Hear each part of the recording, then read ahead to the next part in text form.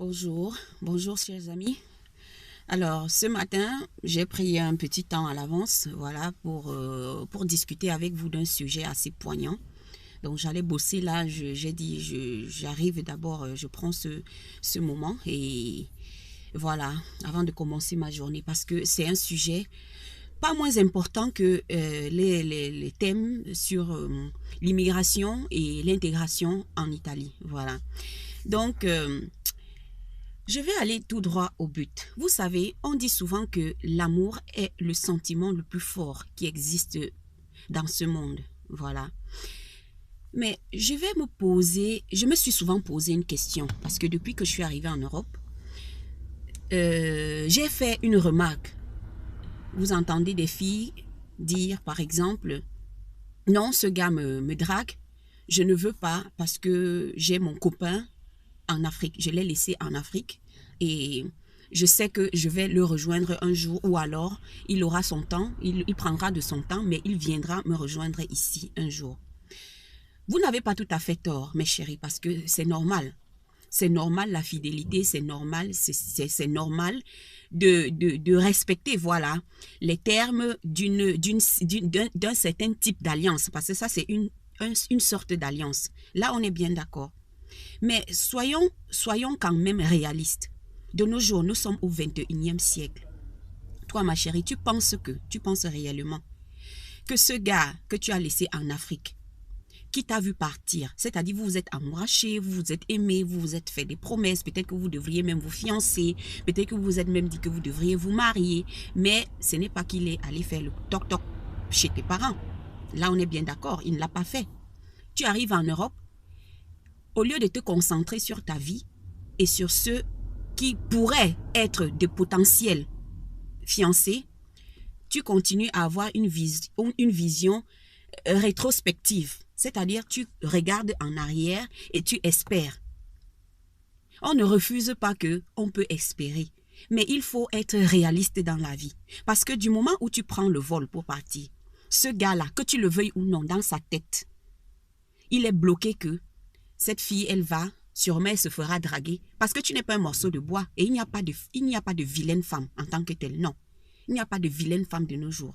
Et dans sa tête, il se dit que voilà, elle y va. Sûrement, il y aura un autre gars qui va la draguer.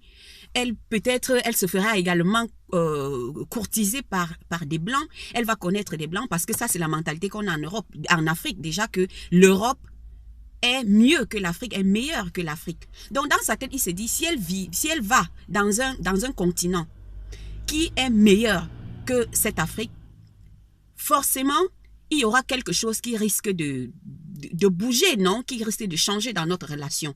Mais il te tient en haleine. Il te tient en haleine parce qu'il y va de son intérêt. Ça, c'est l'orgueil de l'homme.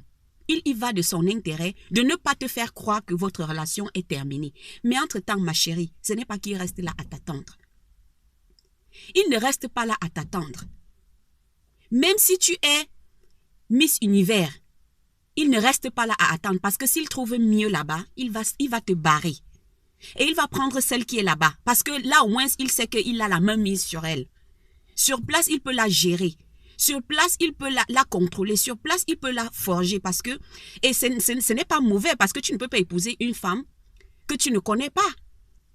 Surtout que les mentalités changent. Du moment où tu voyages, tu vas en Europe, forcément tes mentalités vont changer.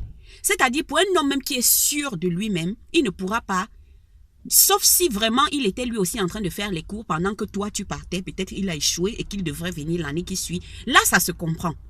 Mais que le gars soit là, peut-être il travaille déjà ou alors il étudiait à Sciences ou il étudiait et il n'a aucun projet de venir. Et toi, tu penses que c'est avec l'argent de bourse que tu vas le faire venir plus tard. Mais ma chérie, moi je vais te dire, arrête-toi un moment et pense-y. Parce que lorsque tu es même étudiante et que tu arrives ici, tu as d'abord quelques mois pour demander la bourse d'études. Et lorsque la bourse d'études arrive, lorsque ta bourse d'études arrive entre décembre et juin, c'est-à-dire les 2 tranches, décembre, ce n'est même pas l'argent qui peut te couvrir 6 mois de vie. Et lorsque ça arrive, il faut bien que tu dépannes ta famille en Afrique. Sauf si tu n'as pas de famille. Oh, moi, je sais qu'en Afrique, tout le monde a une famille. Même si tu n'as plus de père et de mère, tu as quand même une famille là-bas. Tu vas prendre cet argent, ce ne sera pas pour mettre dans le voyage d'un mec. C'est pas possible. Donc, pour couper court, le conseil que je donne à mes filles, vraiment, concentrez-vous lorsque vous arrivez, parce que lorsque vous partez de l'Afrique, la première chose que vous devez faire, c'est vous imprégner de la culture, du système dans lequel vous avez été, où vous avez été accueillis. C'est-à-dire, vous devez vous imprégner de la culture, vous devez vous imprégner de la langue, parce que la langue que vous avez étudiée en Afrique, lorsque vous arrivez ici, ça semble ne pas être la même langue que vous avez étudiée, parce que justement, la rapidité avec laquelle les personnes parlent, ça vous laisse parfois hors des nues. Mais vous devez prendre votre temps. Moi, je donne souvent 1 an. 1 an, c'est le temps de se préparer, de s'imprégner de la culture, de s'intégrer abondamment, c'est-à-dire pas totalement, mais de s'imprégner à un niveau quand même acceptable pour pouvoir se jeter l'année qui suit, c'est-à-dire déjà à votre 2e année, de vous jeter maintenant dans le pays de vos rêves où vous êtes arrivé. Parce que si vous êtes arrivé là, c'est que c'était le pays de vos rêves pour au moins se répondre à certaines de vos attentes.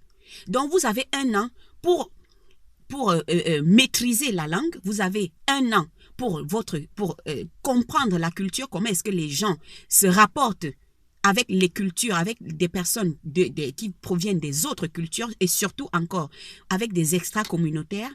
Vous devez prendre 1 an là pour comprendre comment est-ce que on vit dans ce milieu-là. Par exemple, lorsque vous demandez, prenons un exemple, vous devez aller par exemple en pharmacie, vous demandez une adresse. Si vous êtes en Italie, ne dites pas ciao, buongiorno, per favore. Parce que lorsque vous le dites, je vais revenir sur une vidéo qui parle de ça plus clairement. Lorsque vous le dites déjà, il a l'impression que vous allez lui demander de l'argent. Allez droit au but. Mais si vous êtes en France, vous pouvez le dire, vous pouvez dire bonjour et tout. Ils aiment ça. Ils vont vous diriger vers là où vous voulez partir. Donc, mon conseil, c'est quoi? Ma chérie, regarde sur place lorsque tu arrives. 1 an là également, c'est l'année où tu regardes autour de toi. Les potentiels garçons qui sont là. Les garçons célibataires. Hein. Moi, je ne dis pas d'aller regarder les hommes mariés.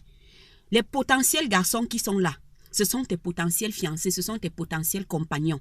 Tu regardes autour de toi. 1 an là, tu ne dois pas avoir de copains. Tu dois chercher à comprendre qui pourrait être mieux pour moi. Tu regardes dans le secret, sans jamais te prononcer. S'il vient te draguer, ça veut dire qu'il y avait cette alchimie-là. Et c'est bêta, c'est bien pour toi. Mais s'il ne le fait pas, reste dans le secret pendant 1 an. 1 an, ce n'est ni moins ni plus, c'est 1 an pour comprendre qui est autour de toi. Qui est cette personne-là qui te plaît. Si tu vois qu'il n'a pas de copine, peut-être l'année qui suit, c'est là où tu peux comprendre que voilà, par rapport à son comportement, il y a eu des petites fêtes. Parce que lorsqu'on est en résidence, il y a des fêtes de ceci, cela, le réveillon et ceci. Tu prends ce temps-là pour comprendre le mec. Pour comprendre comment est-ce qu'il se rapporte. Comment est-ce que, quelles sont ses potentialités? Est-ce que c'est quelqu'un qui a de l'ambition? Est-ce que c'est quelqu'un qui peut nourrir tes rêves? Est-ce que c'est quelqu'un qui peut t'amener loin? Est-ce que c'est quelqu'un qui peut te porter haut? Parce que c'est ça, une femme doit penser haut. Elle ne doit pas penser bas. C'est là où tu dois t'accrocher. Tu ne dois pas rester là. Et pendant 1 an là, ce n'est pas que tu jettes ton mec. Non, tu l'écoutes. Mais ne mets pas dans ta tête que c'est lui qui va venir t'épouser. S'il vient t'épouser, c'est bien. Mais ne rejette pas les demandes des gars qui sont autour de toi. Ça ne veut pas dire que va coucher avec eux. Ça ne veut pas dire que va accepter le premier parce que tu as 1 an pour comprendre qui tu es. Comment est-ce que toi-même tu veux embrasser cette nouvelle culture où tu es arrivé. Et pendant 1 an, là, lorsque toi-même tu cherches à comprendre qui tu es, tu comprends également comment est-ce que le gars que tu guettes là, il se comporte. Et c'est comme ça là que l'année qui suit, vous allez vous approcher, voilà, vous rapprocher et tout, sûrement vous vous connaîtrez déjà. Et c'est comme ça là que votre relation va aboutir à quelque chose de bien. Donc, vraiment, je ne voulais pas que cette vidéo ci soit longue, mais voilà, c'était important que je dise tout ce que j'ai eu à dire. On se verra la prochaine fois pour une vidéo sur les garçons. Voilà. Comment est-ce que les garçons doivent également se comporter lorsqu'ils arrivent ici. Bisous et bonne journée.